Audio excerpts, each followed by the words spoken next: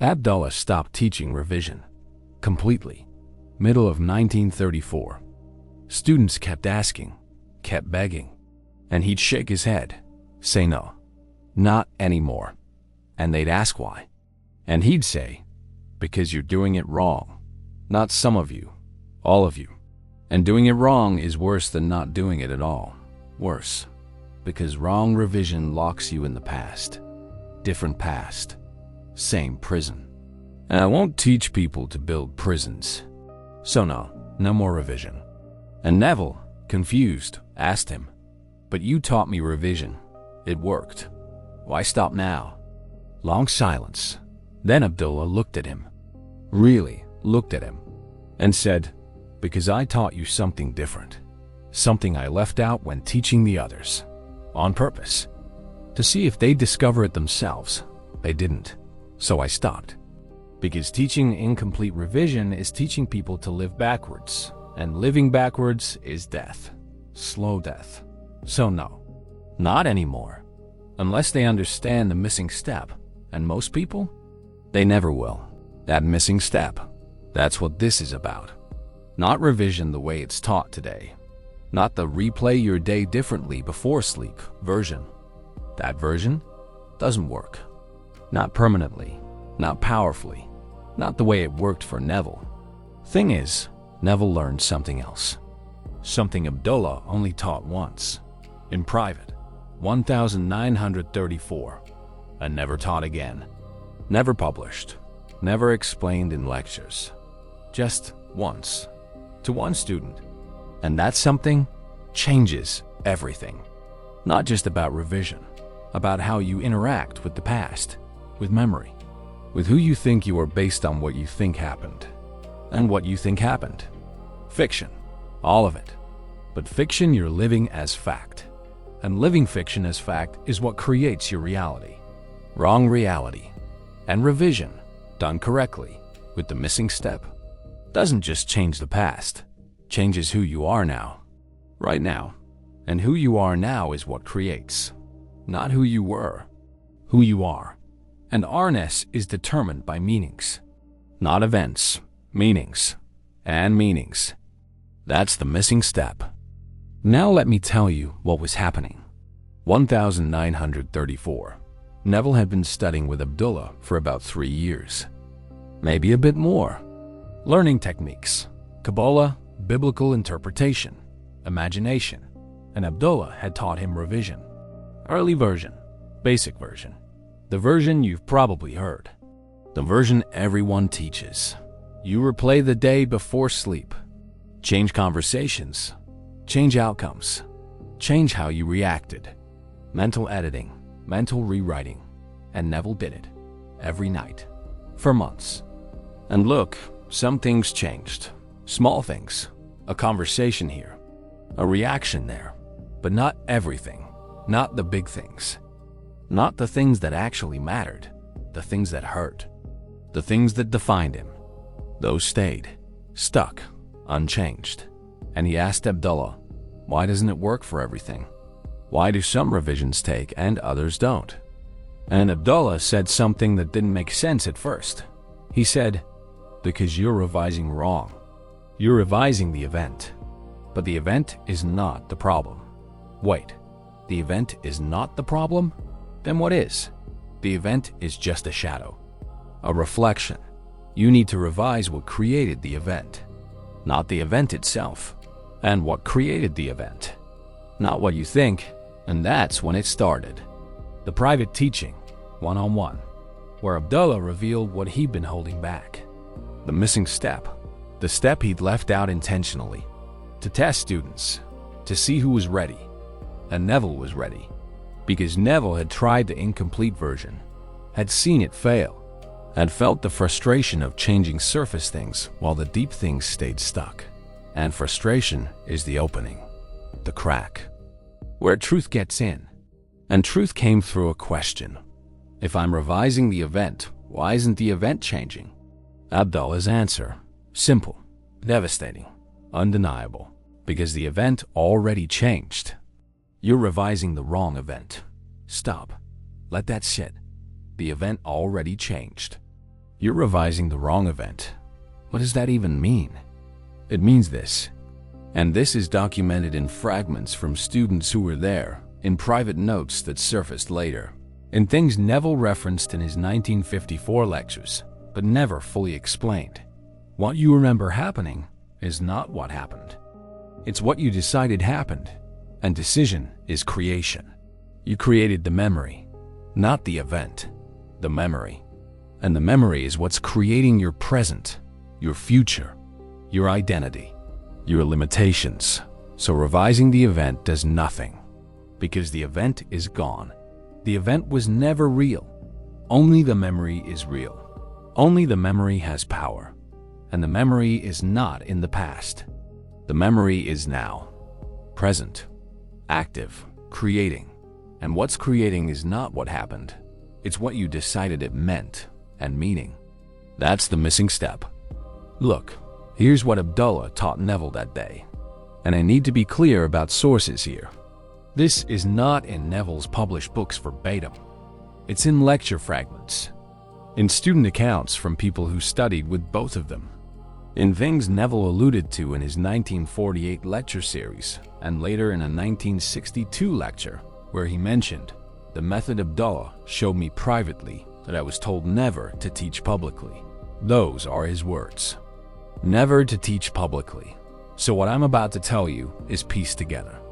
Documented but scattered. Verified but not consolidated.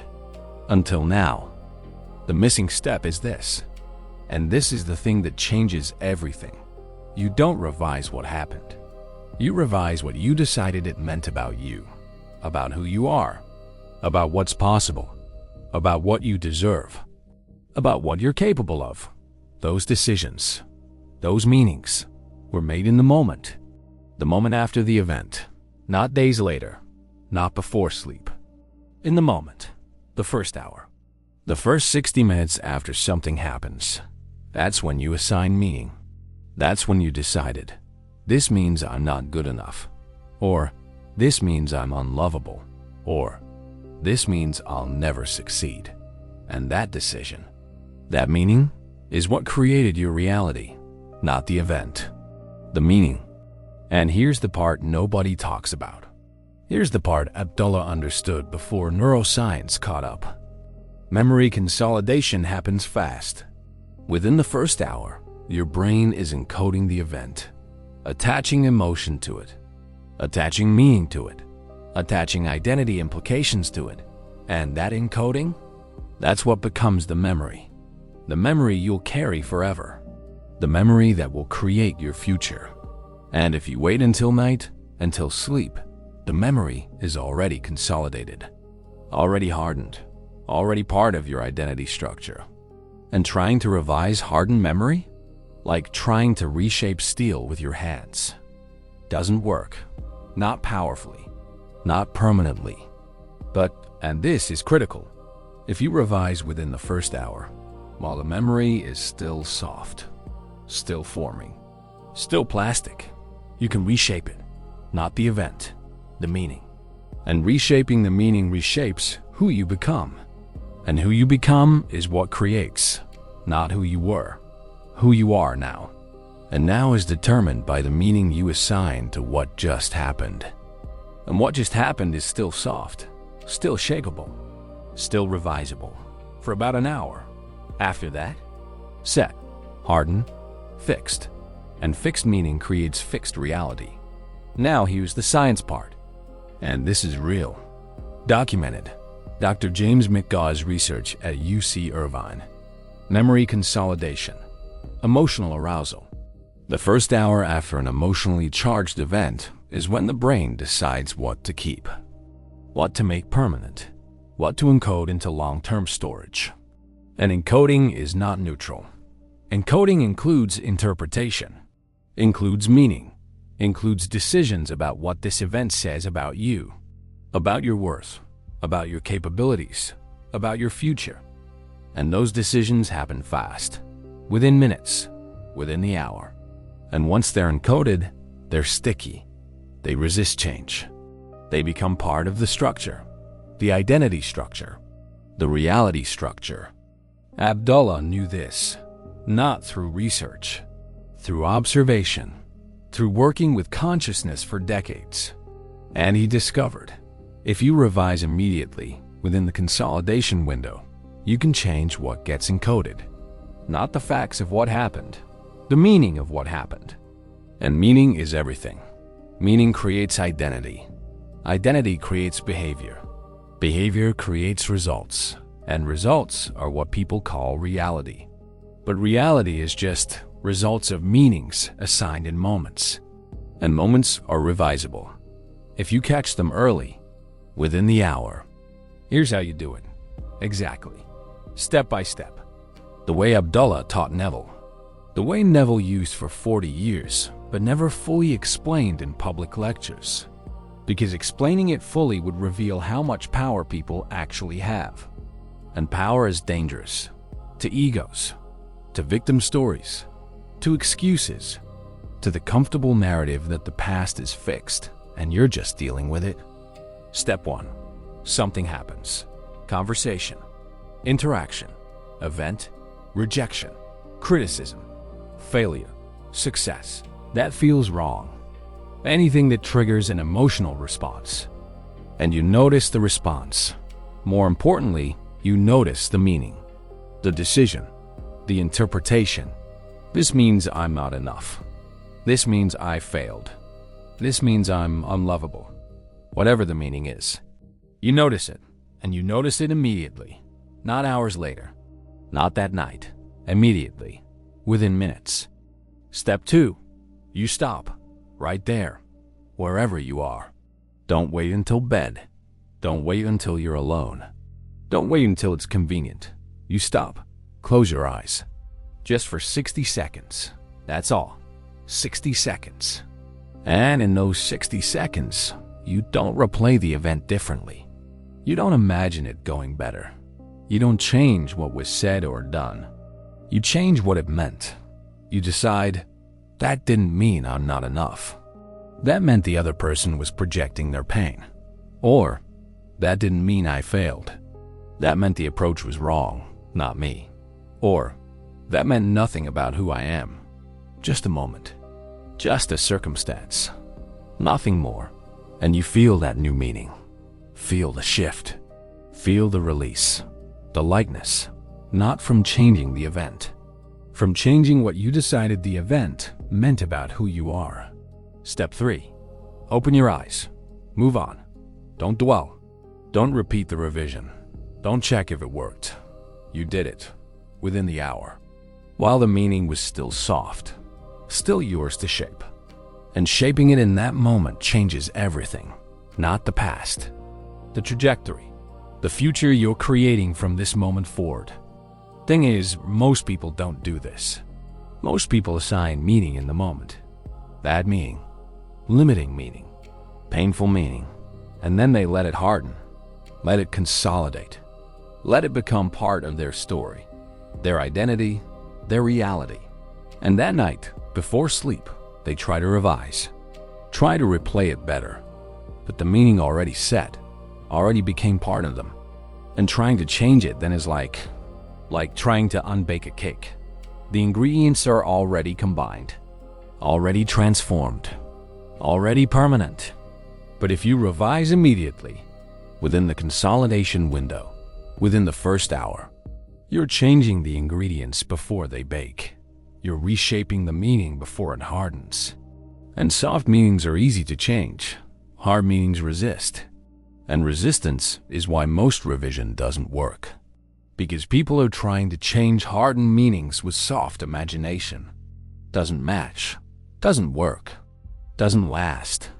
Let me give you a real example. Modern. Relatable. You have a conversation with your boss. Goes badly. They criticize you. Dismiss your idea. Shut you down in front of others. And immediately, within seconds, you assign meaning.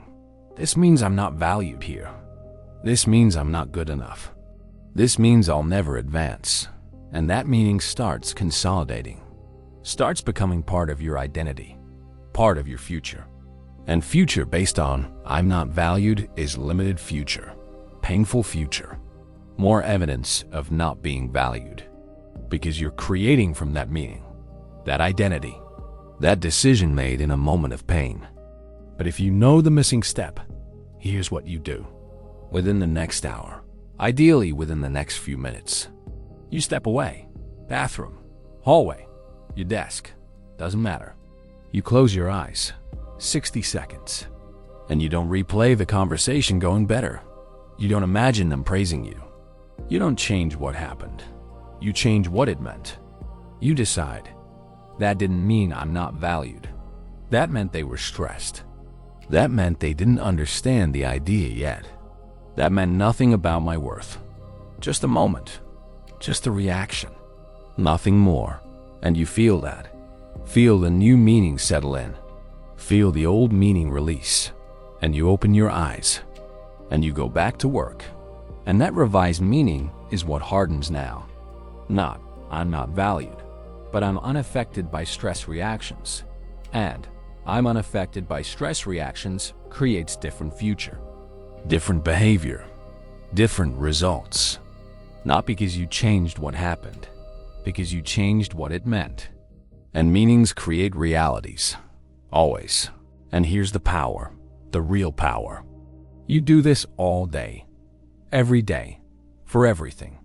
Every small trigger, every moment of doubt, every interaction that threatens to mean something limiting about you, you revise immediately, within the hour, before it hardens, before it becomes identity, before it creates limitations that you'll spend years trying to overcome.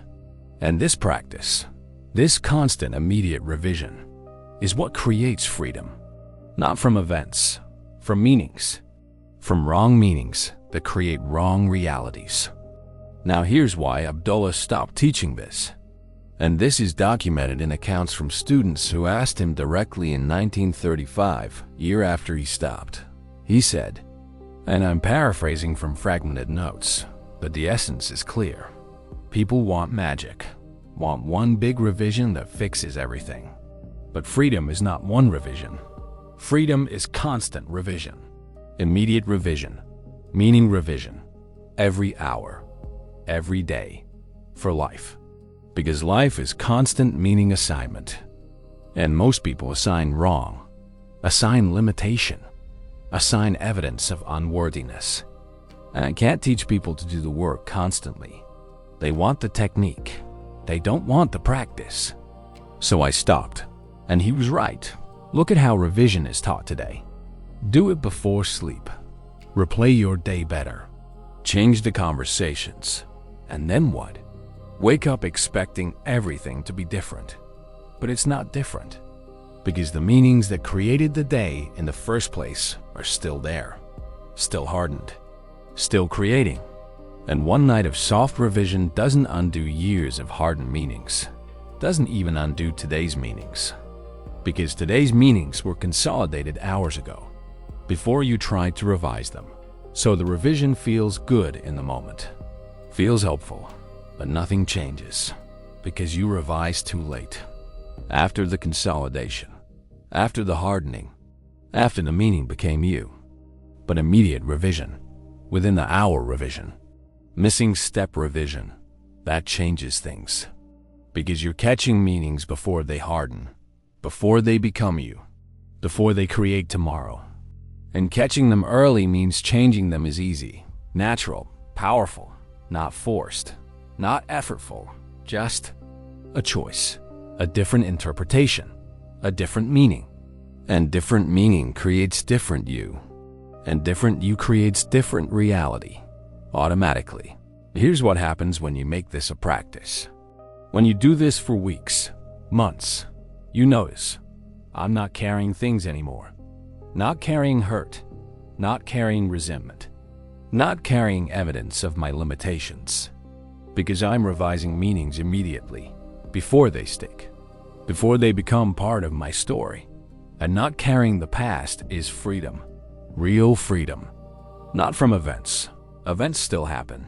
From meanings. From wrong meanings that create wrong identities, that create wrong futures. And you notice something else, something deeper. You start to realize Nothing means what I thought it meant. Nothing. Every event, every interaction, every outcome. None of it means what I decided it meant in the moment. And not meaning what I thought is disorienting, unsettling, identity-shattering, because my identity is built on meanings. Meanings I assigned years ago and never revised. And if those meanings were wrong, if they can be revised, if they were just choices I made in moments of pain, then who am I? Without those meanings? Without those stories? And that question. That's why Abdullah stopped teaching. Because that question is terrifying for most people. Because most people are their stories, are their meanings, are their interpretations. And revealing that those are just choices, not truths, is too much. Too destabilizing. Too threatening. So he taught it once, to Neville, who could handle it, who was ready. And he let Neville teach the safe version, the revised before sleep version that doesn't threaten identity, that doesn't require immediate responsibility, that doesn't force you to confront the fact that you've been creating your reality through meanings you assigned in moments and left to harden into facts. But facts is what they're not. They're choices. Always were, always will be. But choices made consciously, immediately, within the hour, are different than choices made unconsciously, reactively, and left to harden. Conscious choices create freedom. Unconscious choices create prisons. And prisons built from hardened meanings are most people's realities. Now look, I need to be transparent here. Abdullah never published a book, never gave recorded lectures that we had access to. Everything we know about his teaching comes through Neville's lectures, through student accounts, through fragments.